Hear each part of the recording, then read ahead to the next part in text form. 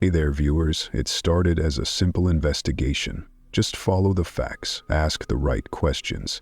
But the deeper it went, the more disturbing it became.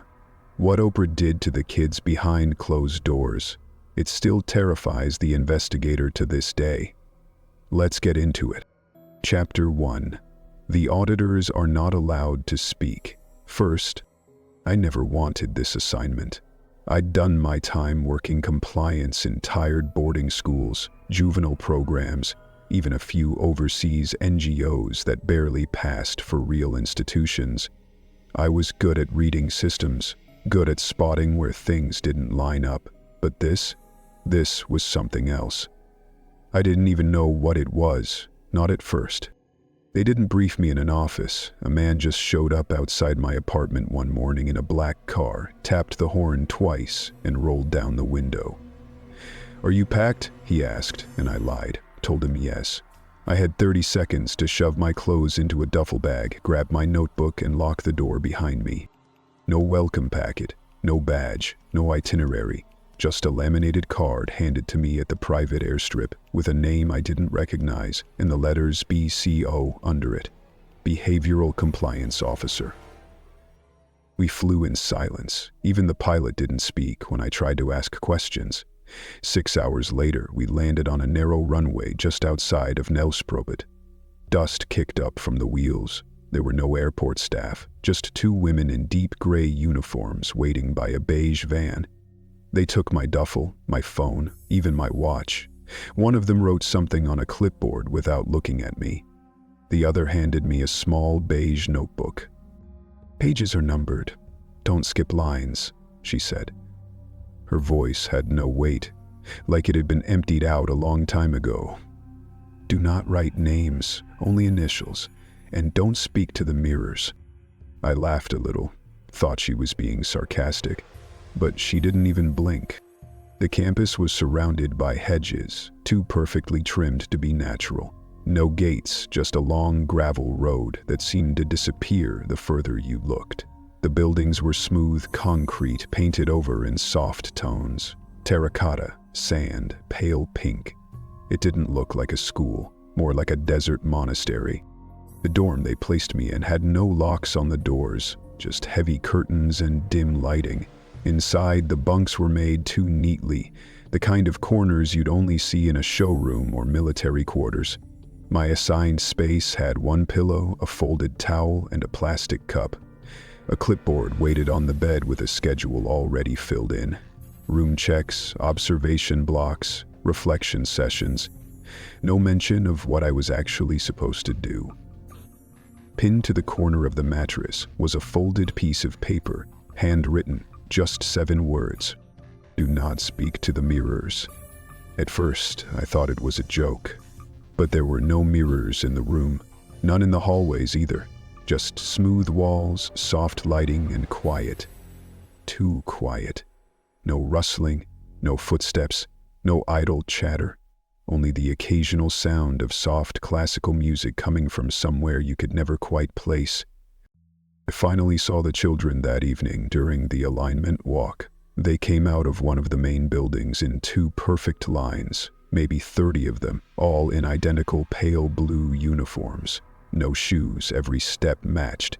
They moved like they were underwater, or maybe in a dream, smiling, always smiling, but not at anything, not at each other, just straight ahead. They passed by me without a glance. I blinked, and one of them was suddenly inches from me.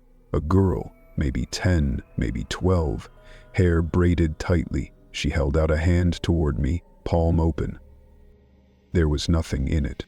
I didn't take it. I didn't move at all. And just like that, she turned away and slipped back into the line, as if none of it had happened. At dinner, the staff sat at their own table, facing away from the students. The kids ate in silence, no forks scraping, no laughter, just neat bites, napkins folded the same way, hands resting gently on their laps between courses. No one ever said amen, but somehow everyone knew when to begin and when to end. It was like watching a stage play that never broke character.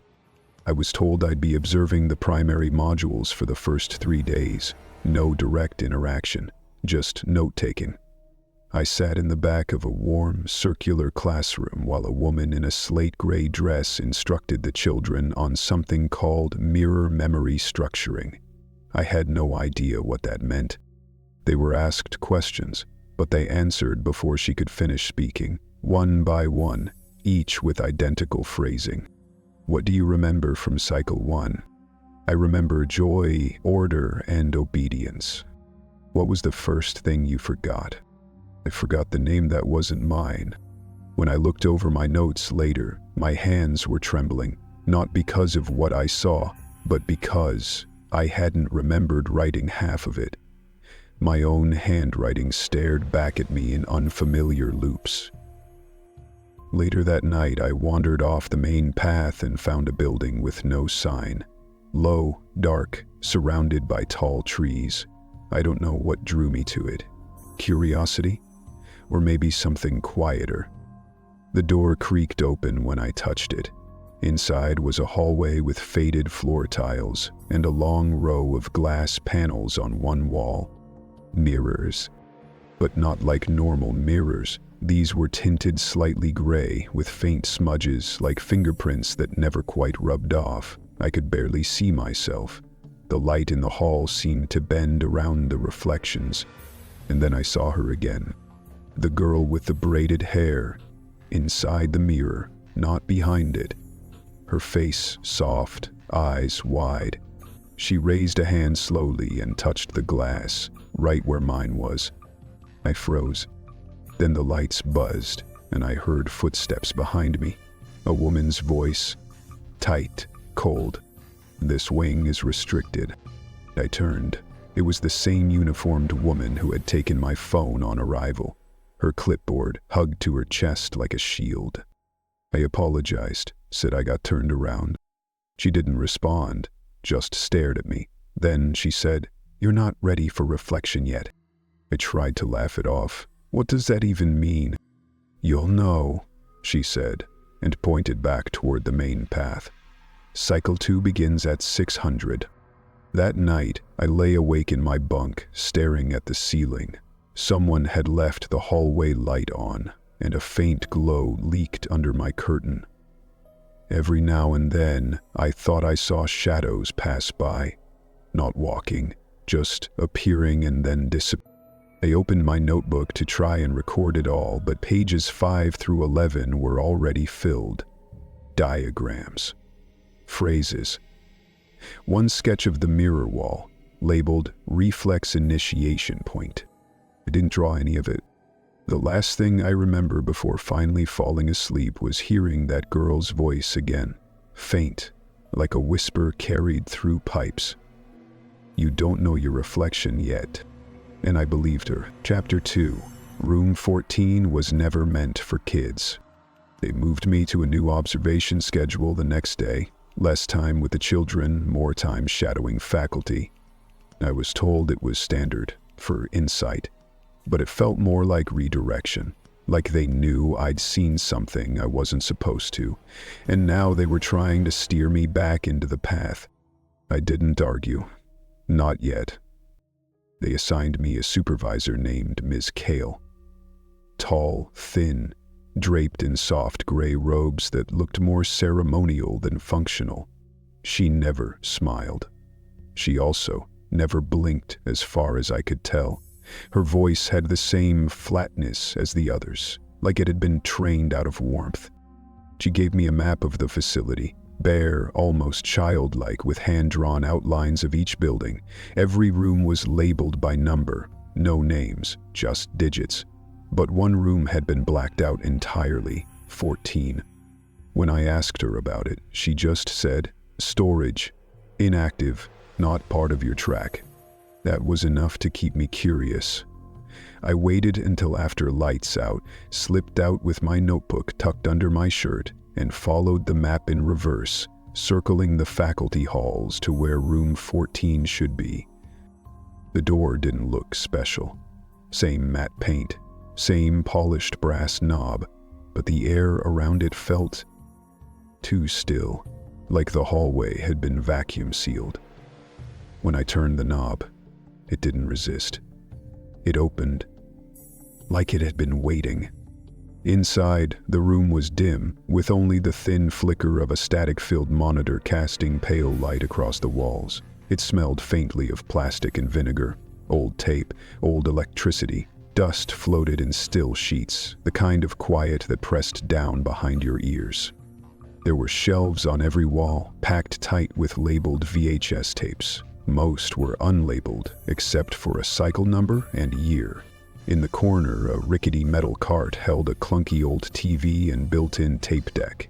Beneath it, a cardboard box overflowing with paper scripts, each one stamped in red, rehearsal protocol, observation only. The scripts were numbered in sequence. I flipped through one and saw stage directions, almost like a play, dialogues between children and unseen instructors, phrases like, prompt, "Who were you before?" Cue tears if response is incomplete.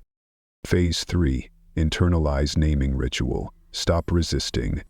I felt sick reading it. The paper was soft, worn at the edges. Some pages had fingerprints stained into the margins. Kids had handled these. I slid one of the tapes into the player, unsure why. The screen flickered for a second and then came into focus. A girl sat alone in a chair, maybe 11, blue uniform, no shoes. Her hands were folded in her lap. A voice off camera asked, "Who were you before?" She blinked slowly. Her eyes were wide, empty but trying to be full. I don't know," she said, then again quieter. "I don't know." Silence. Then the same voice, "Try again." She shivered, then said, I think I was someone named."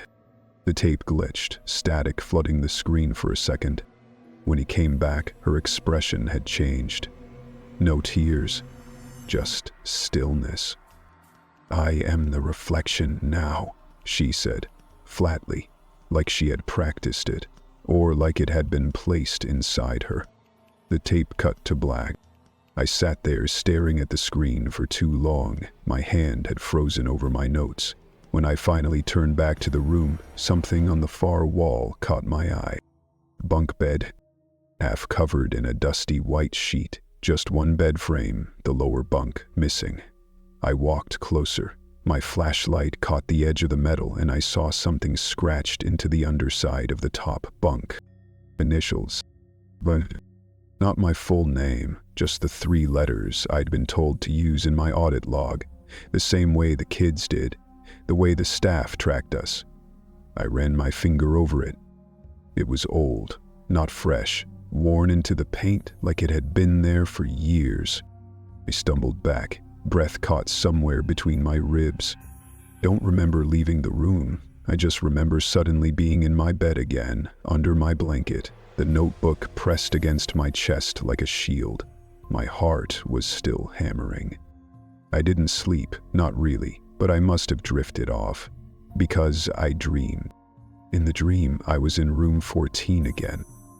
Only it wasn't dusty or abandoned.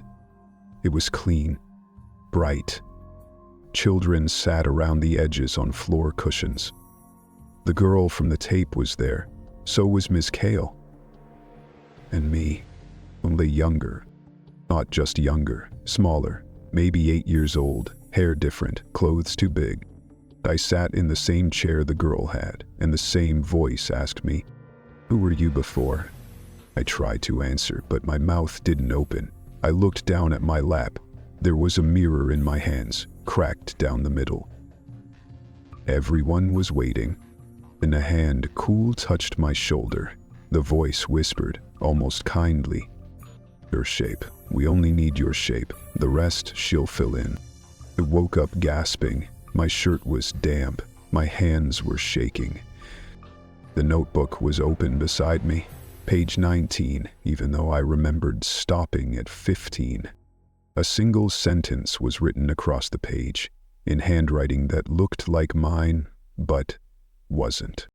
"You're almost back where you began." I stared at it for what felt like an hour.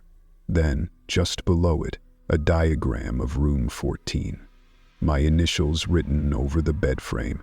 A circle around the old monitor. I had no memory of drawing it. Outside, the wind pushed through the hedges like it was trying to whisper something. A soft, rhythmic sound echoed through the hallway pipes. A tapping, like fingernails against glass. That was the first time I thought, maybe I hadn't come here to investigate anything. Maybe I'd just come back. Chapter 3. Mother of the Hourglass. The next morning, I didn't ask any questions. I just followed the schedule they gave me. No one mentioned the restricted wing. No one referenced room 14.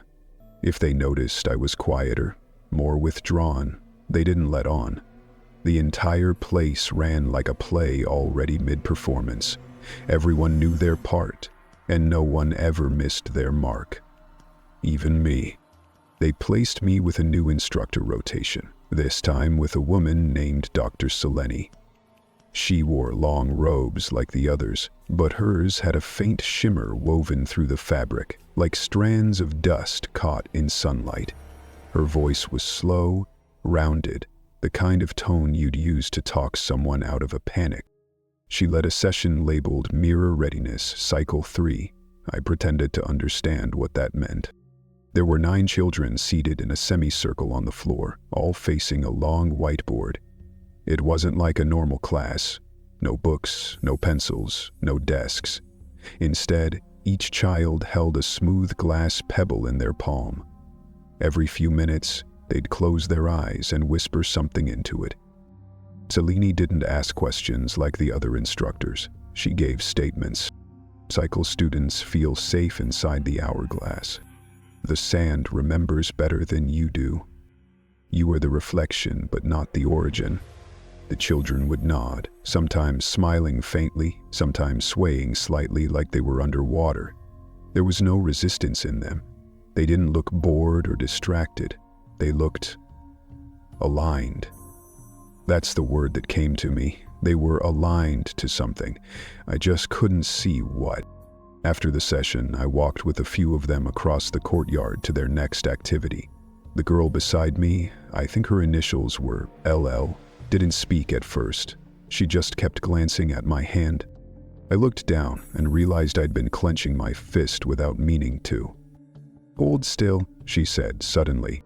She took my hand gently, like she was handling a bird, and pulled a tiny piece of chalk from her pocket. With it, she drew an hourglass on my palm, perfectly symmetrical, with 4 small dots in the upper half and just 1 in the lower. When I asked her what it meant, she didn't smile. "She keeps us in the top half," she said, "until it's time to flip." "Who does?" I asked, half whispering. The girl blinked at me like I'd asked the wrong question. Then she just said, "Mother of the Hourglass," and walked away. That name sat in my brain like a splinter all day. I tried to let it go, tried to stay professional, but the more I moved through the school, the more I noticed it. Small mentions of mother, fragments of the hourglass symbol drawn into corners, etched into the edges of tablets, even embroidered subtly into the cuffs of staff uniforms. And the kids talked about her the way people talk about saints or gods or old family ghosts. Never directly, always sideways. One boy, no older than 8, whispered to another during lunch, "She listens from behind the mirror. That's why you can't speak until you see her eyes." Another girl said, "She chose me because my memory was empty enough." During a quiet moment near the garden, I heard 2 children humming in perfect unison. It wasn't a song I recognized, but at the end of each verse, they chanted the same line. "The sand falls when she blinks." By evening, I needed to know more. I wasn't even pretending to be neutral anymore. I just needed answers, anything to anchor me. I went to the faculty library under the guise of reviewing behavioral assessments, but instead, I started combing through the lesson archives. They were kept on thin, plasticky drives, no labels, just color-coded symbols. I found one with a pale orange mark shaped like an hourglass. When I plugged it into the wall terminal, a single file appeared. If they remember too soon, the sand leaks. I opened it. It wasn't a report, it was a lesson plan. Or a warning. A scripted exchange between an instructor and a returnee. The language was ritualistic, slow, full of metaphors about time, memory, containment. The lesson explained that each child was considered part of a cycle, an emotional loop designed to gradually dissolve false memory, induce mirror alignment, and prepare them for reflexive contribution. Their original identity wasn't erased. It was layered over, like sediment. Carefully, lovingly, even. But sometimes, rarely, a child remembered too early, too fast. The document called it sandfall syndrome, sudden emotional dissonance, mental collapse, recursive memory bleed. In those cases, the recommendation was containment and rerouting, followed by a full reset of the cycle with a new identifier. One phrase was bolded at the bottom: "The hourglass must never be flipped by the wrong hands." I shut off the terminal. My chest was tight, like something was sitting on it. I left the library and walked until my legs ached. I ended up in the East Garden, the only place that felt halfway untouched. The sky was bruised with dusk, the breeze dry and warm. Somewhere nearby, wind chimes clinked against metal pipes. I sat on a bench and opened my notebook. Pages 26 through 30 had been filled in. I hadn't written them. There were no words, just symbols, repeated sketches of the hourglass, some full, some cracked. One page had what looked like a face drawn behind glass with no eyes. The mouth was a hollow O. Then on page 31 in the bottom corner, a note in small, hard-pressed writing. "She sees you now." I slammed the book shut. That night I couldn't sleep. I kept staring at my hand, at the faint chalk marks still clinging to my skin, no matter how many times I washed them. The outline of the hourglass had started to blur at the edges, like it was melting into me. At some point I dozed off, maybe for 10 minutes, maybe 4 hours. I dreamed I was buried up to my neck in sand. A giant mirror stood in front of me, tilted just enough to show my face. Only it wasn't my face. It was a younger version of me. Blank expression, empty eyes. And behind her, behind the mirror, someone moved. A silhouette, tall, robed, watching. When I woke up, there was sand in my bed sheets. Not much, just a few grains. But I knew it hadn't been there before. Chapter 4. They know which memories to keep. By the 4th day, I stopped pretending that I was in control of what I was learning or why I was even there. They called it Role Reconciliation Week, a schedule shift where students rotated between 2 designations, mirror and shadow. It was explained to me in flat terms by an assistant named Ayo, who had one of those voices that sounded like it belonged to someone else. The mirror children reflect the approved identity. The shadows absorb fragments that no longer serve the cycle. I blinked. Fragments? He nodded once. Unresolved memory, emotional debris, inconsistent origin stories. They hold it until it's neutralized. Neutralized, like it was waste, like the parts of yourself that didn't fit anymore were just swept up and stored in someone else. That morning, I observed one of the group sessions in the open-air amphitheater. The children were split into 2 rows. The ones labeled mirrors stood tall, hands behind their backs, answering questions with crisp, pre-cut answers. What do we do with broken time? We place it in the sand. What do we do with echoes? We teach them to wait their turn. Across from them, the shadow children sat slumped or still, eyes fogged, shoulders forward. Some muttered words under their breath. Some didn't move at all. They weren't restrained, but they might as well have been. Their presence felt thin, like smoke caught in fabric. One of them stood out to me. A boy, maybe 9, pale, small frame. He kept looking at me, but never for long, like he wasn't sure if I was real. When the group was dismissed, I followed his path discreetly, cornered him near the archway leading to the reflection hall. He didn't flinch, just stared at my notebook.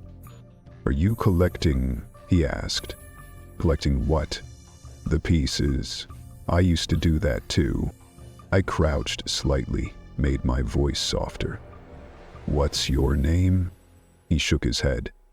"They told me to forget it, said it had too many corners." I waited. He stepped forward and, without warning, started speaking in a voice that didn't feel like his own. "You were 5 years old. You had a red lunchbox with a broken clasp. You used to tap it 3 times before opening it because you thought it kept your mom's note warm." My spine locked. "That's not," I started to say, but he kept going. "You lost that note on a Wednesday. You cried in the bathroom and told the mirror not to tell anyone." I took a step back. "How do you know that?" My voice cracked. It wasn't a performance. It wasn't possible. But I remembered that moment. The cracked tile, the warmth of the paper in my hand, the way I whispered to the mirror like it was a friend. He blinked slowly. "You left it open. That's how they learn." Then a shadow passed over us. A staff member, one of the upper administrators. Older, face pulled tight like a wound that never healed. She pulled me by the elbow, firm but calm. "Walk with me," she said. I didn't argue. We passed the corridor with the sand mural, walked through a courtyard where the wind was pushing dry leaves in circles. She didn't speak until we were far from the amphitheater. "You need to stop letting them finish," she said. "Finish what?" "Your story." I frowned. He knew things about my life. Things I haven't told anyone. She nodded. "That's the danger. You let them complete your memory, they keep it. And once they keep it, it's not yours anymore." My stomach flipped. She placed something in my hand. A small, rectangular stone. Smooth, chalk-colored. Etched into it was a familiar phrase. "Do not let them finish the line." "Use this if they start again," she said. "Hold it. It's a tether." Then she was gone. I stared at the stone the whole walk back. My palm felt cold where it touched me, like it had been kept in a freezer. When I returned to my quarters, something felt off. The curtain had been drawn an inch too far to the left. My towel was folded differently. I checked the notebook instinctively, the same one I never let out of my sight, and froze. All pages were gone. Every note, every drawing, every scratch of ink, except the first page. In the center, in handwriting too neat to be mine, were 9 words. I used to remember why I came here. Below it, the page was scorched slightly, like someone had tried to burn it and stopped halfway through. The paper crinkled under my fingers. My throat went dry. I flipped through the rest of the book. Empty, not even impressions in the paper. It wasn't like someone had torn out the pages. It was like they'd never been written at all. I stared at that line for what felt like hours. Just to remember why I came here.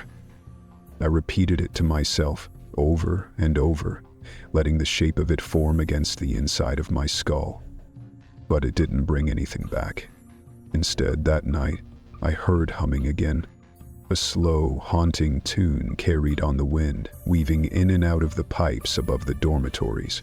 I looked out the window. A line of children walked barefoot across the courtyard, all holding mirrors against their chests. They stopped in unison and turned. Though it was dark, I could see the faint outline of their faces, lit only by the moon, smiling without smiles. Then one child raised her hand, held up a piece of paper. "Let it go." It drifted toward my window. He caught it against the glass the next morning. It was a page from my notebook. Page 9. My handwriting faded but legible. A phrase circled in red, "If you forget too much, she can begin again." Beneath it, written in blocky childlike script, "This one is yours, but not for long."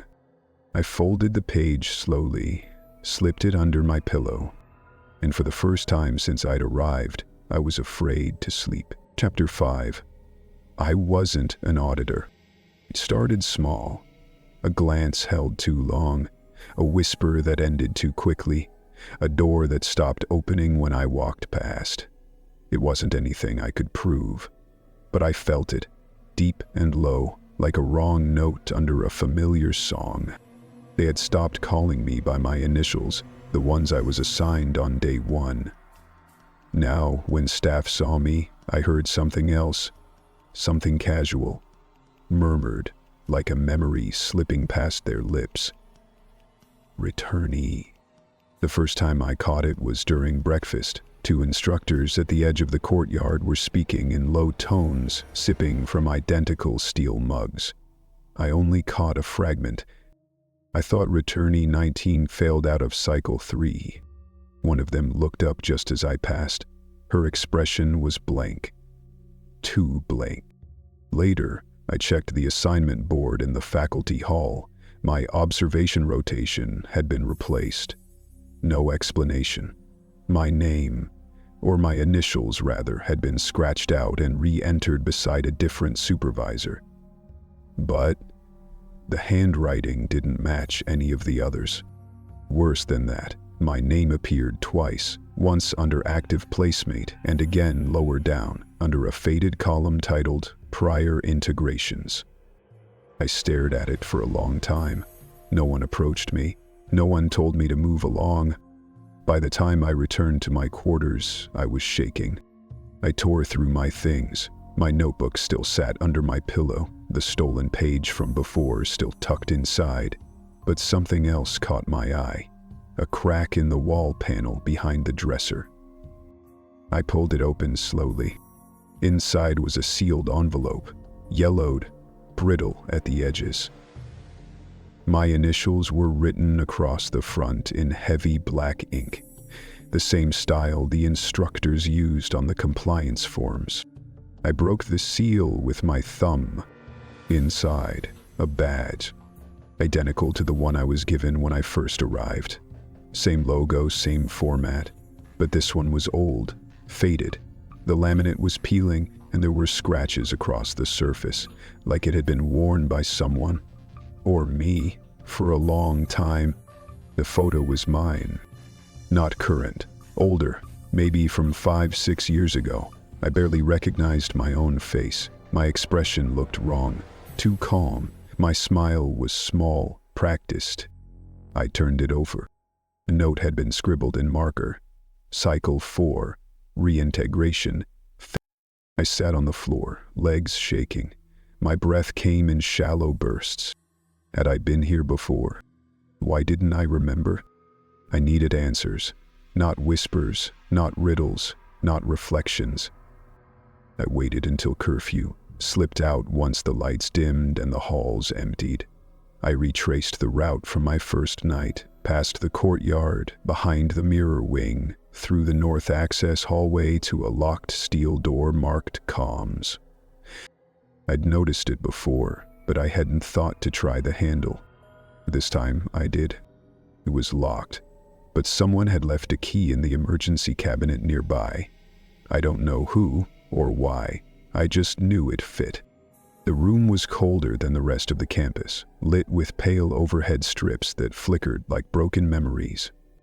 On one side, rows of old monitors, blinking red in idle mode. On the other, shelves, lined from floor to ceiling with tapes.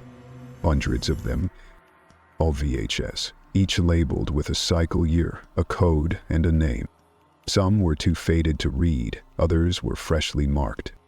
I scanned the shelves in a daze, fingers brushing spine after spine, until I found it.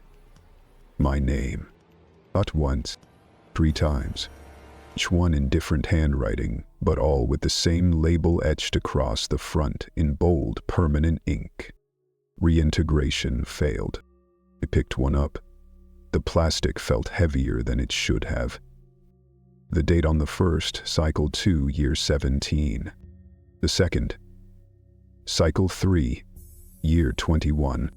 The third, this year, Cycle 4, Year 24. My hand trembled as I brought it toward the machine. I had to see. I needed to see. But before I could slide it in, I heard a sound behind me. A soft metallic click. I turned. A girl stood in the doorway, no older than 10, barefoot, wearing the same pale uniform. She didn't speak. She just looked at me, then down at the tape in my hand. "You're not supposed to bring it back," she said. Opened my mouth, but she shook her head. "Every time you remember," she whispered, "she has to try again." "Who?" I asked. Her eyes widened like I'd said something dangerous. "The mother. She can't let you keep it. It was never your memory to begin with."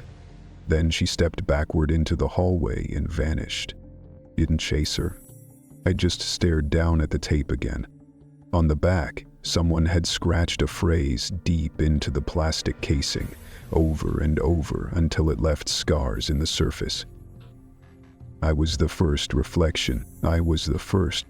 I left the room with the tapes still inside. I couldn't carry them. They felt like anchors. Back in my room, I opened my notebook again. The first page had changed. Same sentence, but a word was missing. Now it read, "He used to remember." That was it. Nothing more. No mention of why I came. No hint of what I was looking for. Just those 4 words, floating like a half-forgotten dream. And in the corner, smaller this time, almost too faint to see, "He's patient. She'll wait." I didn't sleep that night. I sat on the edge of my bunk, staring at the badge from the envelope, the one with my younger face. The smile hadn't changed. But now I could see the fear behind it. Chapter 6. The interview that shouldn't exist. I noticed her the moment she stepped off the transport van. No one ever really arrived here. They just appeared. Already folded into the pattern, already quiet, already knowing the steps to dances I never learned. But not her. She stumbled when they led her down the path to the intake center. She flinched when the light above the door buzzed. Her uniform was too big at the shoulders, and her hair hadn't been braided into the perfect crown the other girls wore. She looked real, like someone who'd come from the outside. Her name, or the version she'd been given, was M. Same as what I saw stenciled on her assignment sheet taped to the hallway bulletin board the next morning. The cycle tag next to it was strange, though. It said, "Advance Induction. Adjusted track." I'd never seen that designation before. During her first meal in the dining hall, she didn't sit in perfect posture. She didn't fold her napkin into the silent triangle. She didn't even finish her food, just kept looking around like she was seeing everything through fogged glass. The others didn't acknowledge her. It was as if she wasn't part of the scene yet, not placed, not positioned. But I couldn't stop watching her. Later that day, during a reflection period, I slipped away from my station and found her sitting alone near the water tanks. She was holding her chalkstone wrong, not cupping it reverently like the rest, just rolling it between her fingers like a worry charm. She didn't look surprised when I sat beside her. "They told me I was delayed," she said without looking at me. "Delayed?" "Intake error," they said. I was supposed to be placed in another facility, but the numbers didn't add up, so they brought me here.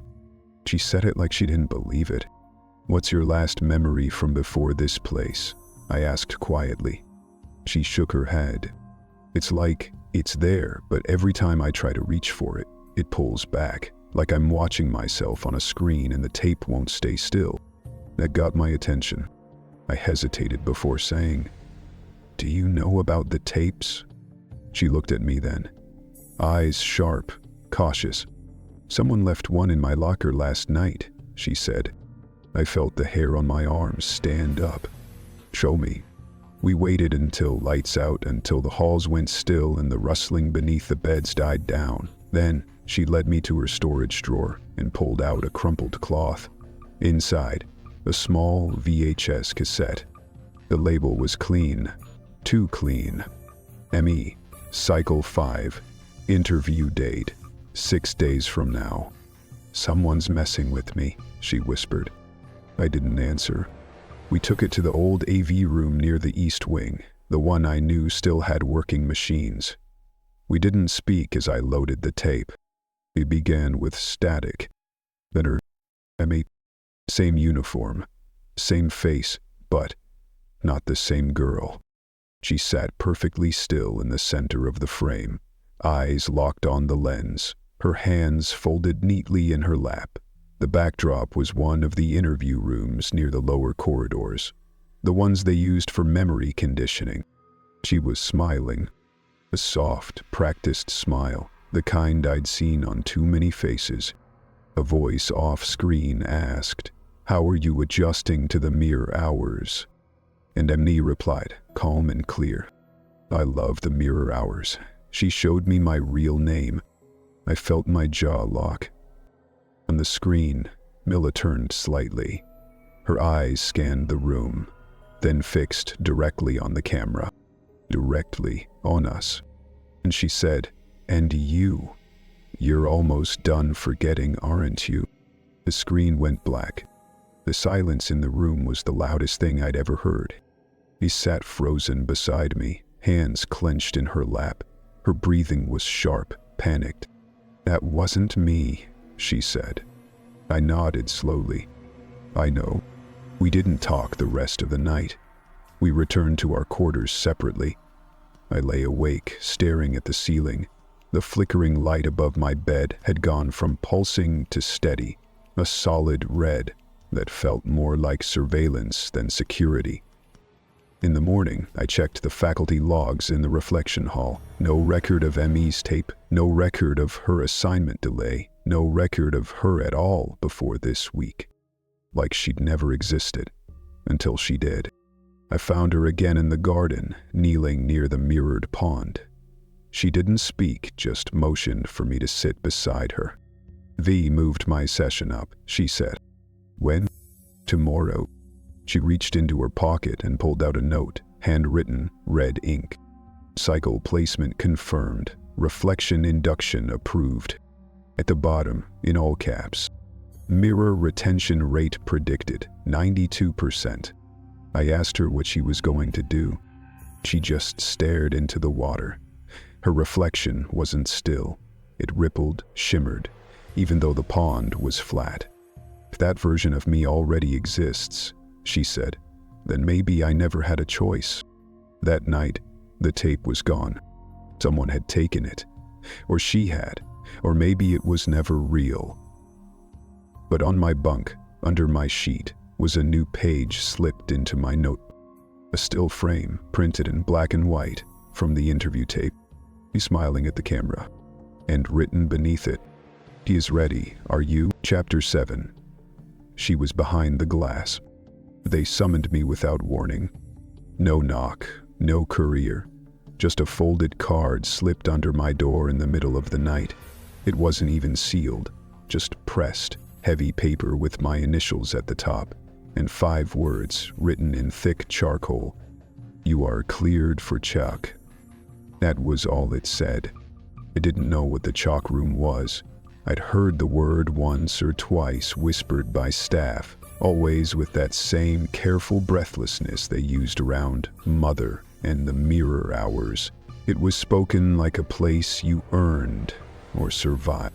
The hallway they took me down the next morning was colder than the rest of the facility.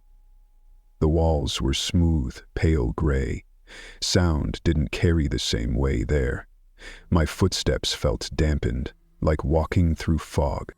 A woman I didn't recognize led me. She had a badge, but no name, just the mark of an hourglass etched in silver on her collar.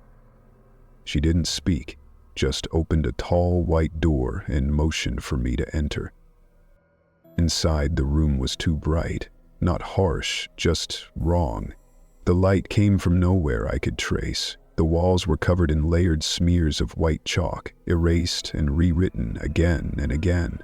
Faint symbols bled through, hourglasses, spirals, broken circles, and words that repeated, "Remember gently, hold nothing too long, speak only in shapes." There was a wide glass pane across one wall, one way. I could see into the next room. A stark space with a single wooden bench and a circle drawn on the floor. The children filed in moments later, 9 of them, barefoot, pale blue uniforms. Each one sat inside the circle in complete silence. Then it began. It wasn't a class, it wasn't a performance. It was something between a ritual and a rehearsal. Each child, one by one, stood in the center of the chalk ring and recited, "No," relived. A memory. Only the memories didn't feel like theirs. One girl spoke about waking up underwater, hearing voices say her name backwards. A boy said he remembered his mother's voice, only now it came from behind glass, and every time he tried to speak, she answered with his own thoughts. Another child just cried, whispering, "Don't give her my voice. I haven't finished with it yet." But none of the instructors moved. None of them corrected or intervened. Because this wasn't for correction. It was for extraction. Behind the one-way mirror, someone stood watching. I saw her before I realized what I was seeing. The light caught just right on the opposite pane, and there she was. Tall, still, face unreadable. Oprah, or something shaped like her. She didn't move. Didn't blink. She just watched. The children never turned toward her, but it was clear they felt her there. Their bodies seemed to shift subtly, unconsciously, facing that invisible gravity behind the glass. Then something strange happened. I raised my hand to rub my eyes, but in the reflection, my hand lagged behind. Only by a second, maybe less. But it was wrong. My body moved, and my reflection followed. I tested it again. Another small movement, a twitch of the fingers. The reflection paused, then mirrored me. Like it had to catch up, like it wasn't mine. I backed away from the glass. One of the staff standing near the wall turned toward me. She wasn't startled. She wasn't smiling either.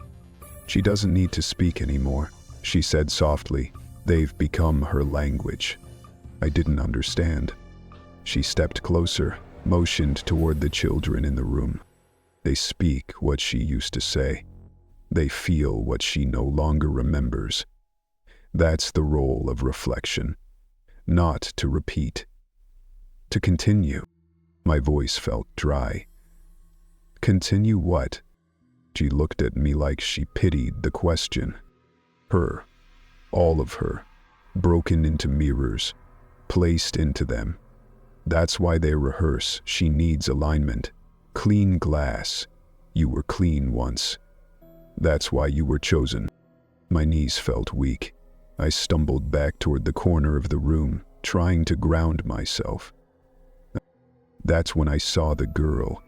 She was crouched near the far wall, separate from the others, holding a stub of chalk, moving quickly, precisely. She was drawing something. No, someone. My face, my eyes, my shape. Her hand moved with strange urgency, like she'd done it 1,000 times and couldn't stop now. And then, as I watched, she erased the eyes, just smeared them out in 2 fast swipes of her palm. Behind her, the glass flickered. Not the lighting, not the reflection. The glass itself. The red light of a ceiling camera blinked once, then again, then held steady. The girl dropped the chalk and turned her head, and smiled. Not at me, at the mirror, at whoever stood behind it, or maybe at what she saw in it. His staff member placed a hand on my shoulder, and I flinched. "You're almost aligned," she whispered. "Don't stop now. We've waited so long for you to speak again. I'm not one of them, I said. It came out shaky, pathetic. She shook her head gently. You keep saying that. Every cycle. But look around you. She pointed to the chalk wall, to a smear of writing barely visible under the newer layers. It was my name, not initials. My full name, scratched deep in the white. Below it, one sentence. I was always on the other side of the glass. I don't remember leaving. Don't remember the walk back. Can remember blinking and being alone in my room, hands covered in fine white dust, the smell of chalk on my clothes. My notebook was open. A new page. A sketch. My own face, eyeless, and written in small, crooked letters. We're almost finished rehearsing you. Chapter 8. The audit never ended. I'm home now, or at least, that's what they told me. There was no formal exit. No airport, no escort back, just a door one morning where there hadn't been one the night before. My bunk was empty when I woke. My notebook was gone, and the hall outside was humming with lights that didn't flicker anymore. Someone had folded my uniform at the foot of the bed, placed my shoes perfectly aligned beneath it. On the wall, a new phrase had been scrawled in red chalk. Return acknowledged, cycle unsealed. I walked through the door. No one stopped me. Outside, there was no heat, no noise, just a car waiting. No driver visible. Keys already in the ignition. I don't remember starting it, but at some point I was behind the wheel. The road was flat, straight, endless. Until suddenly, it wasn't. Now I'm here. My apartment looks the same. My name still on the lease. My toothbrush still dry in the cup. But something feels folded, like I'm walking through a copy of my own life, creased and reprinted. The mirrors are wrong. They flicker sometimes. Not the lights above them, not the bulbs in the sockets. The mirrors, as if the reflection struggles to stay aligned. My hand trembles when I write. I've gone through 3 pens trying to finish this entry. They keep running out mid-sentence, like they're resisting what I'm trying to put down. I haven't slept more than a few hours since I got back. The dreams keep dragging me back to corridors that don't exist anymore. I wake up with chalk under my nails. Once, I found a strip of tape stuck to my pillow, blank, just old adhesive and dust. Yesterday, a package arrived. No return address, no tracking slip. Inside, a single USB, black, smooth. The label on it read, Reflection Compliant, Cycle 4, Returnee 19. They've never mine, the one they started calling me by when they stopped calling me at all. I plugged it into my laptop with a shaking hand. The screen stayed black for a moment, then loaded a folder. 3 video files. Each one titled with my name and a year, spanning decades. I opened the first. It was grainy, VHS quality. A child, 7, maybe 8, stood at the gates of the facility, nervous, holding a duffel bag, looking up at a woman with a clipboard. She nodded. The child stepped forward. It was me. Same face, same scar above the brow, even the nervous tick in my fingers, tapping the bag's handle 3 times. I'd forgotten about that. The second video. A teenager, different clothes, leaner face, a deeper fear behind the eyes. Being interviewed in a white room, repeating phrases I didn't recognize. I'm ready for reintegration. The mirrors know my name. Then the third, my current self, the one I thought was the first to arrive. Walking through the front gates again, calm, composed, notebook in hand, dressed in gray, identical to the other auditors I remembered seeing. Only I wasn't sent. It was returned. The screen cut to black for several seconds. Then came one final image. A class photo. Dozens of children in matching uniforms, all smiling, all lined up in tight rows, perfect symmetry. The background was the garden courtyard, just outside the reflection wing. At first, I didn't see it. But then I did. That was in the photo? Twice. Same clothes, same face, same posture. One version stood in the front row, the other, slightly off-center, as if caught between frames, stood behind a mirror positioned at the edge of the group. Two versions of me. Smiling. Only the second smile didn't reach the eyes. Below the photo, scrawled in marker. Auditor confirmed. Cycle looped. The screen flickered, my laptop shut down. I haven't turned it back on. I haven't spoken to anyone. The chalk under my fingernails doesn't wash out. Every mirror in the apartment now hums faintly if I stand near it too long. At night, I hear faint voices bleeding through the wall, rehearsed lines, spoken softly, like prayers. You're almost ready. Don't stop now. She needs your shape. And sometimes, in the silence between those whispers, I hear the laughter of children I once swore I was there to protect. But they were never the ones being studied. They were the language. I was the subject. I thought I was sent to investigate what she did to the kids. But I was one of them. I just wasn't finished yet.